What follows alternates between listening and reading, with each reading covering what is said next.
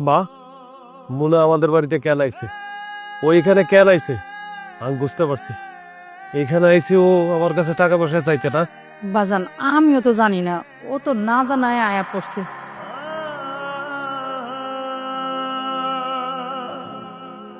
আমি এটা শোনা মাত্র না আমি পাগল হয়ে গেছিলাম যে কখন আমি আমার ভাইয়ের কাছে আসবো, আমি আমার ভাইয়ের মুখে হাসি ফুটাবো। মা তো নামাজ পড়তেছে।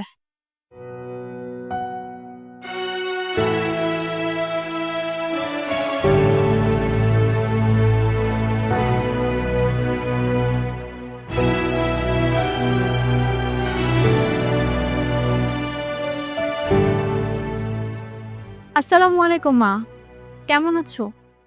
ওয়ালাইকুম আসসালাম, আমি ভালো আছি, তুই কেমন আছিস? আছি আলহামদুলিল্লাহ ভালো। মা, তুই আইসস ভালো হয়েছে, তুই আইসস, তোর ভাই যদি জানতে পারে দেহে ও খুব খুশি হইব। হ্যাঁ মা, আমারও না ভাইয়ের কথা খুব মনে পড়ছিল জানো। কতদিন হইছে একসাথে বসে ভাইয়ের সাথে খাবার খাই না, সেই বিয়ের আগে খাইছি। তাই আজকে ভাবছি আজকে যত যাই হোক, যত কাজই থাকুক, আজকে আমি বাসায় যাব, বাসায় গিয়ে ভাইয়া তোমার এবং ভাবির সাথে একসাথে মজা করে খাবো। হরে মা, আমরাও তো তোর কথা খুব মনে পড়ে। কতদিন হয়েছে তোর লগে একসাথে বই আমরা খাই না।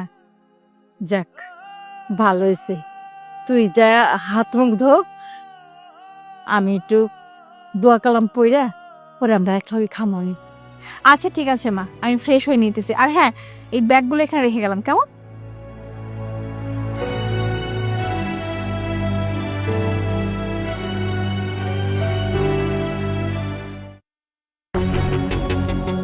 দেখছো তোমার বোন আসছে। বলা নাই কনে হুট হাট যখন মন চায় তখন তোমার বোন ঢ্যাং ঢ্যাং করে চলে আসে। তুমি এখন জানো না আমাদের ব্যবসার অবস্থা কিন্তু ভালো না। তোমার বোন যখনই আসে আমাদের বাড়িতে এক গাদা জিনিস নিয়ে যায়, মাথায় কোনো আক্কেল জ্ঞান নাই যে বিয়ে হয়ে গেছে, এখন এটা পরের বাড়ি, যখন তখন হুটহাট করে চলে আসা যায় না। দেখো গা সামনে ঈদ, কত কি না চায় তোমার কাছে।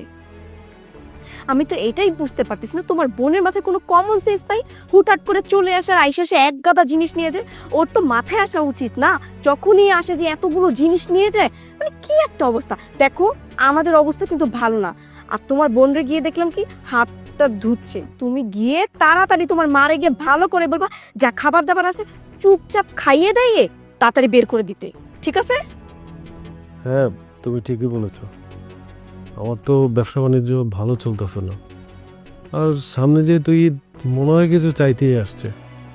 আচ্ছা ঠিক আছে, ও যেহেতু হাত মুখ ধুচ্ছে, এই ফাঁকে মাকে একটা থ্রেড দিয়ে আসি। ভালো বুদ্ধি দিছো, ওয়েট।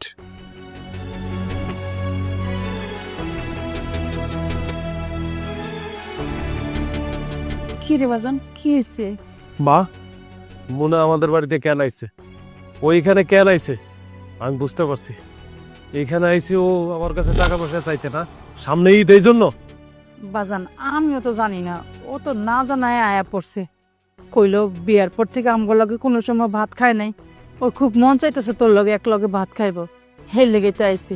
হলো, এত কথাবার্তা শুনতেছে না।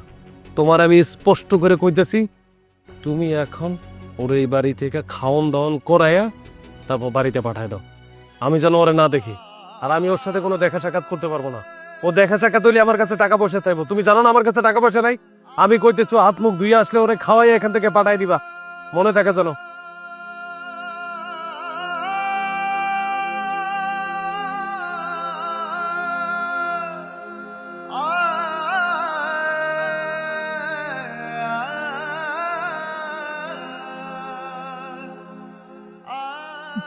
না, কান্তাছোস কে মা? কান্দিস না, দেখ তোর ভাইয়ের হাতের টাকা পয়সা নাই, ওর ব্যবসা বাণিজ্য খুব লস যাইতেছে, এর লেগে ওর মনটা একটু খারাপ, এর লেগে দুই একটা কথা কইছে। তুই ওরা ভুল বুঝিস না মা, ভুল বুঝিস না। মা, আমি সত্যি আসছিলাম তোমাদের সাথে একবেলা একসাথে বসে খাবার খাবো, অনেক দিনই চলতেছিল, কিন্তু ভাইয়া আমার ভুল বুঝলো।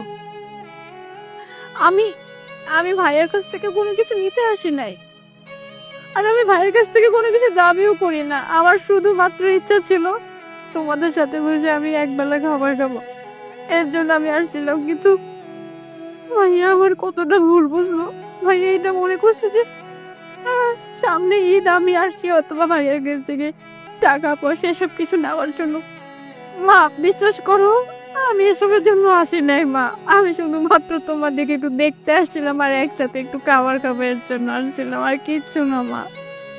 আসলে মা, মানুষজন ঠিকই বলে জানো যে মেয়ের বিয়ে হয়ে গেলে বড় হয়ে যায়। যে ভাই আমাকে এত আদর করতো, এত ভালোবাসতো, আমাকে নিয়ে পাশে বসে খাওয়াইতো, আর আজকে কি না সেই ভাই এটা মনে করলো যে আমি আমি ভাইয়ের কাছে আসছি সাহায্য নেওয়ার জন্য। আর ভাই আমাকে কতটা ভুল বুঝলো। আসলে মা, আমি শুধুমাত্র যে ভাইয়ের সাথে বসে আমি একবেলা খাবো এর জন্য আসি নাই। আমি আরো একটা কারণে আসছি। আর দাঁড়াও, এই যে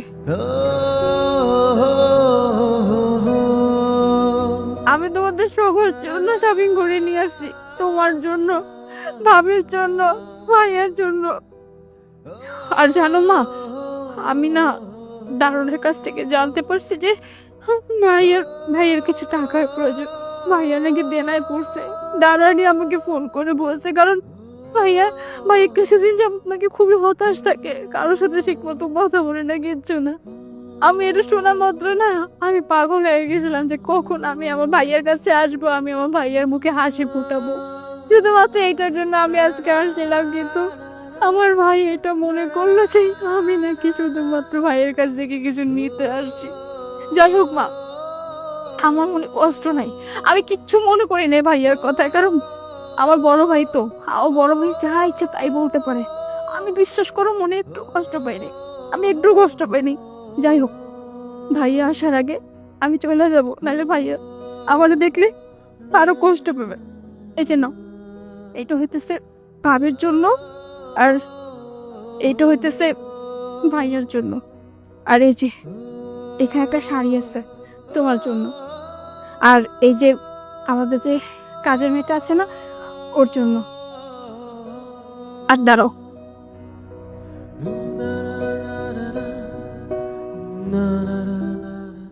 এই যে এখানে 1,00,000 টাকা আছে। এই টাকাটা তুমি ভাইয়াকে দিবা, ভাইয়া যেন একটু ভালো মতো করে ঈদ পালন করতে পারে, ঈদটা যেন ভাইয়ের নষ্ট না হয়। আমি তাহলে আসি, হ্যাঁ?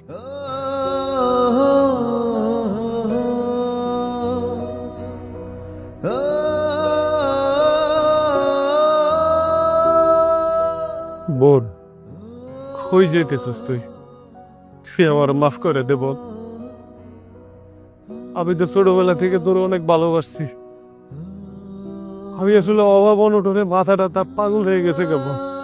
আর এই যে কাল না গিনি, ও আমার কান পরা দিতে দিতে আমার পাগল বানাই দিছে বোন। তুই কই যাবি? তুই তো ভাইয়ের বিপদে এসে সাহায্য করার জন্য, ভাইয়ের লগে ভাত না খেয়ে চলে যাবি বোন। আমি তোরে যাইতে দেব না। তুই তুই আমার লাগে খাওয়া দাওয়া করবি, তারপর যাবি। আজকে তোর ভাই তোর লাগে খাইবো। আরে তুই দাঁড়াইছিস কেন? আমার বোনের কাছে মাফ চা। বোন, আমাকেও না তুমি ক্ষমা করে দিও। আমি এতদিন না বুঝে তোমার ভাইকে অনেক কিছু বলেছি তোমার ব্যাপারে। আমি ভাবতাম কি যে তুমি সব সময় আমাদের এখানে এসে আমাদের টাকা পয়সা অনেক কিছু নিবে, আমি জানতাম না যে তুমি এত ভালো। আসলে জানো, আমাদের সংসারে অনেক অভাব বন্টন পড়েছে, তো অভাবে থাকলে না মানুষ, ভালো মানুষেরও মাথায় অনেক উল্টাপাল্টা চিন্তা আসে, কোনো ভালো জিনিসও না অনেক খারাপ ভাবে না। বোন, তুমি আমাকে প্লিজ ক্ষমা করে দাও, আমার ভুল হয়ে গেছে বোন। থাক ভাবি, তুমি আমার কাছে ক্ষমা চাইও না। তুমি আমার কাছে ক্ষমা চাইলে আমার কাছে খারাপ লাগবে। আর ভাইয়া, তুমি আমার কাছে ক্ষমা চাইও না। তুমি আমার বড় ভাই, তোমাকে আমি আমার বাবার সম্মান দেই, আর তুমি যদি আমার কাছে ক্ষমা চাও তাহলে তো আমার খারাপ লাগবে, তাই না? তবে কি ভাইয়া জানো, এই সমাজে না প্রত্যেকটা বোন কিন্তু সমান না। যে প্রত্যেকটা বোন যে বিয়ের পরেই ভাইয়ের কাছে এসে এটা দাবি করবো, ওইটা দাবি করবো, আমাকে এইটা দাও সেইটা দাও, এমনটা কিন্তু না। কিছু কিছু বোনরা আছে যারা ভাইয়ার বিপদে আপদে পাশে এসে দাঁড়ায়, চেষ্টা করে যে আমার ভাইয়া আমার জন্য যা কিছু করছে আমি যেন অন্তত বিয়ের পরে আমার ভাইয়ার পাশে একটু দাঁড়াতে পারি, আমার ভাইয়ার জন্য কিছু হলেও করতে পারি। তাই ভাই আমি যখন শুনছি তোমার দেনার কথা, বিশ্বাস করো আমি পাগল হয়ে গেছিলাম, কারণ আমি তো জানি তুমি আমার জন্য কি কি করছো জীবনে। আর আমি যদি তোমার এই বিপদে আমি একটু সাহায্য না করতে পারি তাহলে আমি কিসের বোন হইলাম বলো? সব বোনরা না ভাইয়ের কাঁধে বোঝা হয় না ভাইয়া, কিছু কিছু বোনরা কিন্তু ভাইয়ের কাঁধে কাঁধ মেলায় ভাইকে সাপোর্টও করতে পারে। আচ্ছা ঠিক আছে, অনেক হয়েছে, চল এবার একসাথে বসে খাই, আয়।